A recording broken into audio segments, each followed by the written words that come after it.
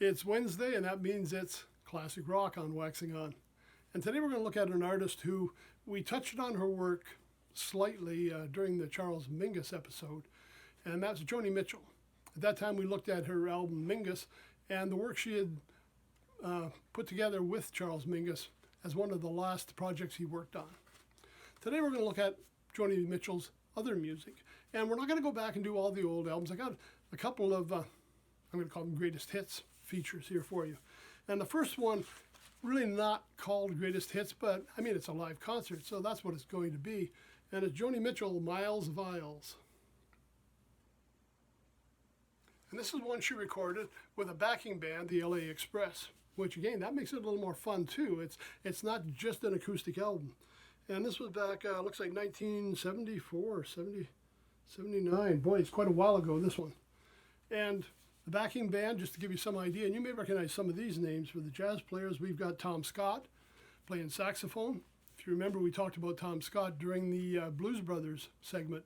He had performed with them at the Universal Amphitheater, where the Briefcase Full of Blues and Made in America, where those albums came from. Both of those feature Tom Scott. He was a session player out in LA. He's done soundtracks.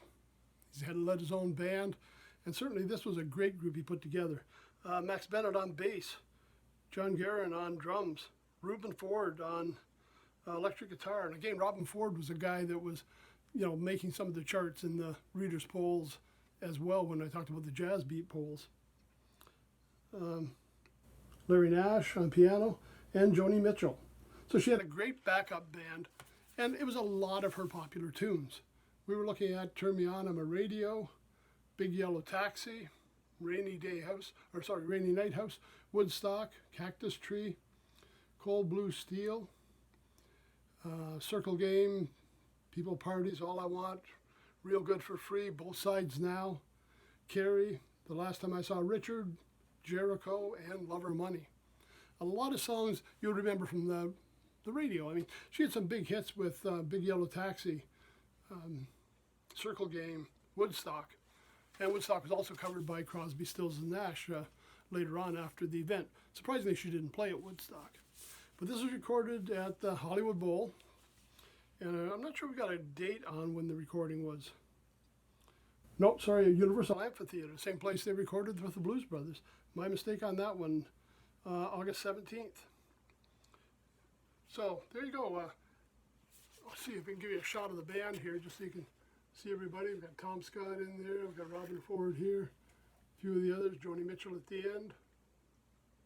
Nice packaging. And again, I would assume this one is available on the streaming networks as well. But for an actual greatest hits album, well, Joni Mitchell came up with something different. Her record company wanted her to do a greatest hits package, and she said, sure, I'll do that. But I also want to feature some of my other music. So we've got two companion discs that she released. Joni Mitchell Hits and Joni Mitchell Misses. Yes, we've got the greatest hits and then songs that really weren't that commercially viable. More experimental music, more jazz-oriented, more just her taking a chance. And this album, again, I don't know how many of the songs will be familiar to people because we all know the songs we heard on the radio. I mean, Joni Mitchell's songs, we talked about AM and FM on a couple of their episodes. They were getting a lot of AM play, so people were familiar with some of her work. The Misses is a nice way to go back and discover that other side of Joni Mitchell. And on this album, just give you a couple of titles here in case, give you some idea.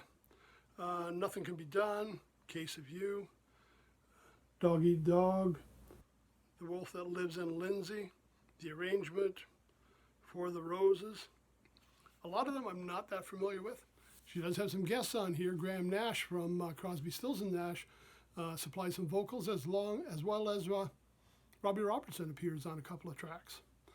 So kind of a nice one to delve into something new. If you haven't heard this album, if you haven't listened to Joni Mitchell a lot and you only know the hits, this is a good chance to find out about the other side. Now the hits album, yeah, just what you'd expect, man. James Taylor appears on this one with her. But we've got Chelsea Morning, Big Yellow Taxi, Woodstock, Circle Game, Carrie, California, Raised on Robbery, Help Me, River, Coming from the Cold, and Both Sides Now. Boy, like I say, a lot of those songs you'll probably be able to sing along with all of them. Nice package they come in. There's a CD, there's a booklet comes with it. A little gatefold album cover, the same with the Misses. And they were considered a companion set. They weren't sold as one unit. They were sold individually. And again, it was Joni Mitchell agreeing to do one if she could do the other. Show off some of her other tunes.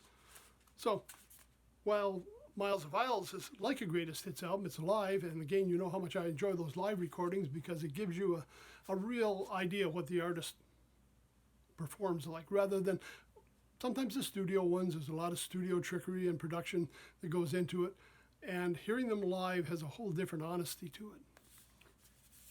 So we've got Miles of Isles for that live feel. We've got the greatest hits to relive some of those great tunes we're all familiar with, and Joni Mitchell Misses to kind of discover another side or some other songs you may not be so familiar with.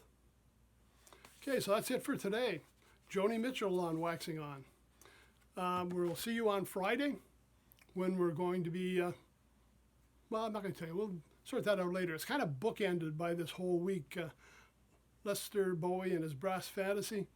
We got something that's kind of the same, but really different that we'll hear on Friday. So hope to see you then. Everybody have a great rest of your week. Thanks for stopping by.